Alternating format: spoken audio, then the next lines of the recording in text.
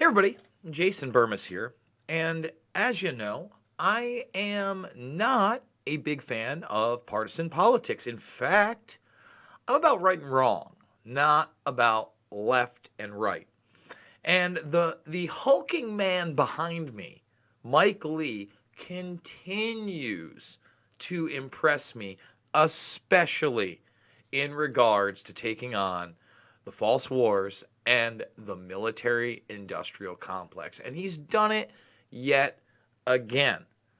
Now, for those that don't know, today the Senate voted on an Iran war powers measure that would essentially limit Donald Trump and his administration's effort to engage in war with Iran and pull all those troops back within 30 days that have already been deployed to the region. Well, that should be happening 100%. Mike Lee was also the one that gave a short little, I wouldn't call it a press conference, but talked to the press following this briefing, which he was disgusted by in regards to the drone bombing of Soleimani. It was he and Rand Paul. And here's the thing. In this vote, it ended up being 55 to 45 in order to restrict Trump's power to go with Iran, which is absolutely what we should be doing 1,000%. By the way, thumbs this video up, subscribe, and share if you're new to the channel. But when you looked at impeachment, you couldn't get people to go the other way unless they were grandstanding like Romney, right? Right? It wasn't a real thing. But you see, there are still enough people that are going to cross barriers, especially on the quote-unquote Republican side, because they came in as anti-war, 100%. And Mike Lee is one of those guys. So first, what we're going to do here is we're going to play this gentleman from Alaska trying to amend this resolution in order to essentially give Trump the power to go to war with Iran, make the resolution absolutely useless. By the way, I hate to tell you this, even though it passed 55 to 45, the resolution is kind of useless, and I'll get to that later. But listen to this guy try to change what this bill is all about in order to allow the military-industrial complex to continue to warmonger against Iran. First, it says the U.S. should cease its hostilities against Iran. This is completely backwards.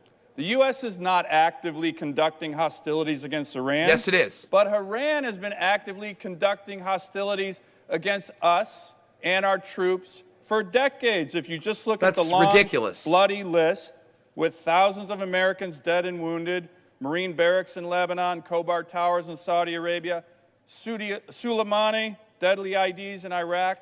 So again, flipping this on its head, this guy is a military guy.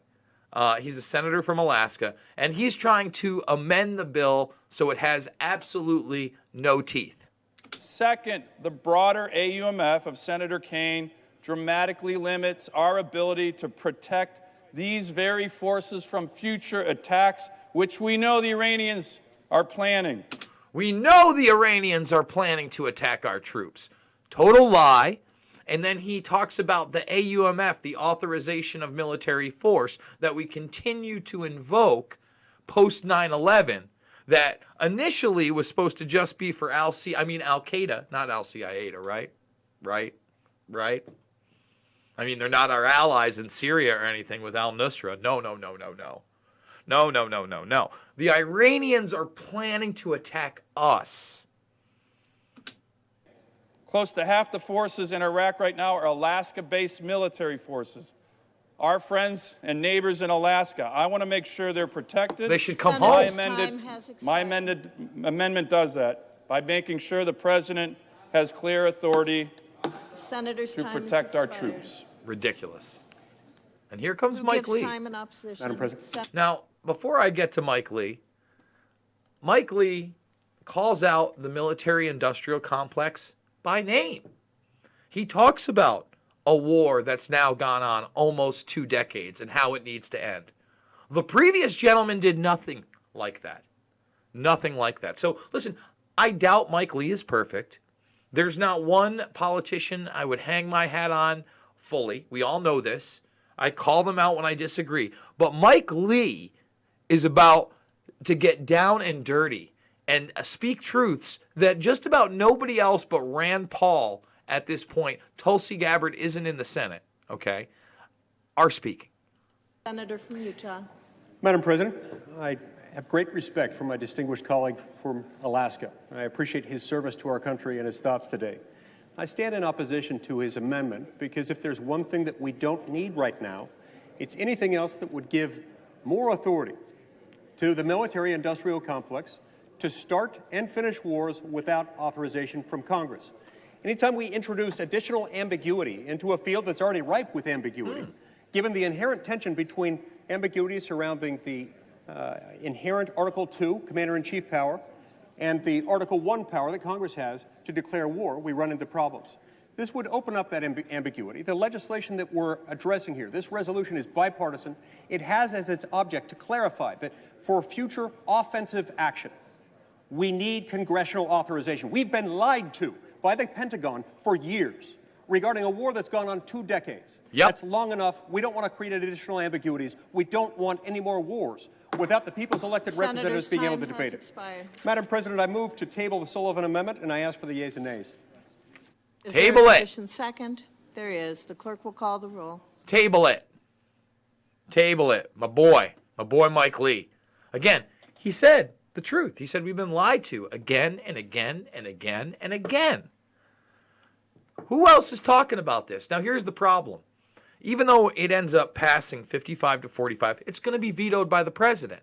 You see, you need 2/3 in order to make it so that that veto goes away. They don't have 75 votes. They need 75 votes. That means they've got to overturn, okay, another 20 warmongers in the Senate. You think that's going to happen with the filthy lobbyist money that's out there? So I applaud this guy for calling out the military-industrial complex, saying that we've been lied to by the Pentagon, not trying to keep our troops in harm's way, not trying to start another war of aggression in the Middle East with Iran. Mike Lee should be commended.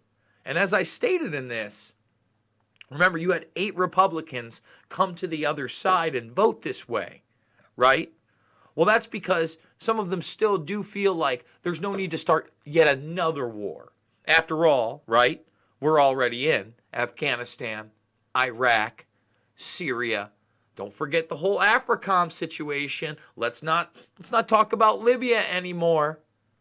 I mean, how many nations are we supposed to be in militarily? How many drone bombs are enough for this bloodthirsty military-industrial complex that is telling you that there are imminent threats against we the people in the United States and that they're preparing to attack our troops?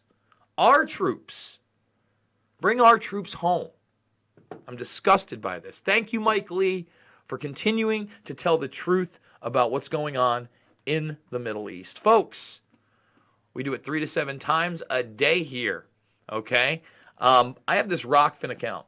We're doing it 5 times a week, exclusively over there. We're doing some things that we might not get away with over in YouTube verse. And plus, I mean, YouTube's tough, man. They buffered my premiere video today. Like, what's going on, YouTube? We can't even get the premieres right anymore for my channel.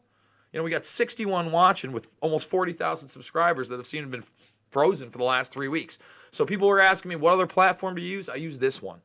And if you want to see exclusives like my throwback interview, you know, when the left was anti-war, look at that, over 10 years ago with Cindy Sheehan. That's exclusively over at Rockfin. So you go to rockfin.com /Jason Burmis. You see all the premium content if you pay $9.99, and that gets all the premium content on this channel. Also, by the way, guys, thumbs this video up, subscribe, share. We're almost at 1,000 videos. We got 12 more videos to go.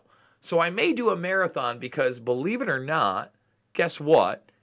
Tomorrow is 1 year to the day that I resurrected this channel part-time. Now, it's not when I went full-time, but I posted for the first time in over 5 years. Actually, I think closer to 8 years. For the first time in almost 8 years on this channel, which was, who knew what was going to happen? But thanks to you guys, I'm doing it more and more. So I think by tomorrow, I'd like to hit 1,000 videos. I'd like to celebrate that 1-year anniversary with the 1,000th video on this channel. So look out. We're going to try to make it happen. And if you appreciate what I do, you can also financially support me. Thank you so much, Flickoff, for that super sticker. Appreciate it. Over here on my GoFundMe, if we hit 2,000 before Monday morn, which is probably going to be tough again. I mean, we're already at Thursday, but let's say that we do it. I will do the DC thing next week. I don't know how many days I can actually spend there, but I'll spend at least one day live streaming from Washington, D.C. with the Action for Assange crew. So obviously that's something I'd really love to do. Let's make it happen, Captain. Let's go, Burmese Brigade. I absolutely love you guys, and I'll see you on the flip side.